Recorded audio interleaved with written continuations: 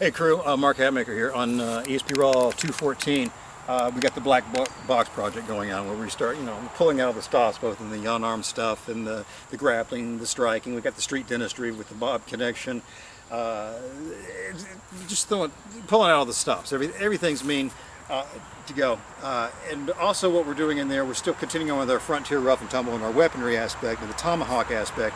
What we're doing in 214 is we're talking about bone kindling, which is pretty awesome, the quarter to midnight clock face, and a little bit of hard retrievals.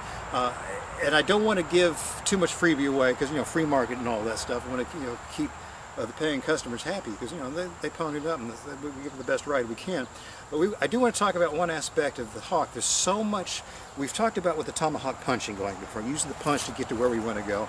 And we also want to kill the ideas of big motions and big telegraphing. We want to let the power of the wedge do a lot of our work.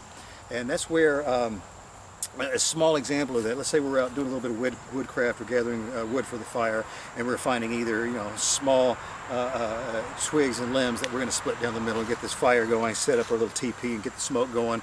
Here I've just got myself a small cedar shake. To let us know it's not always just you chopping and using it this way, it's letting the wedge do and the weight do the work for you. Meaning if I want to split a cedar shake, what I'm going to be, set this on the ground, preferably on a rock, and I would take this, the thing is I wouldn't take it above it. So again, pretend it's sitting a rock and I'm not doing this and chopping at it. Why? Because one, my hand's in the way, my finger's in the way. What if I screw up? We're all human beings, we're prone to screw up. They actually make this work. Since we've got it sitting about facing the ground, we'll do it on a tree here. I'm going to let this be on the butt side of the tree. I'm going to take the wedge, the blade of the hatchet, the tomahawk, and put it on the end of the cedar shake. My hand's only holding it long enough to get myself to the actual bolstering portion of it right here.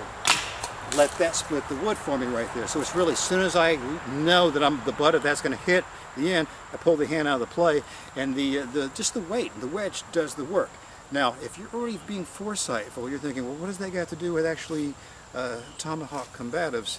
If you're already thinking, you're going to say, oh, there's a lot going on there, and that's what bone kindling is. And again, Raw 214, we get deep in the woods on that.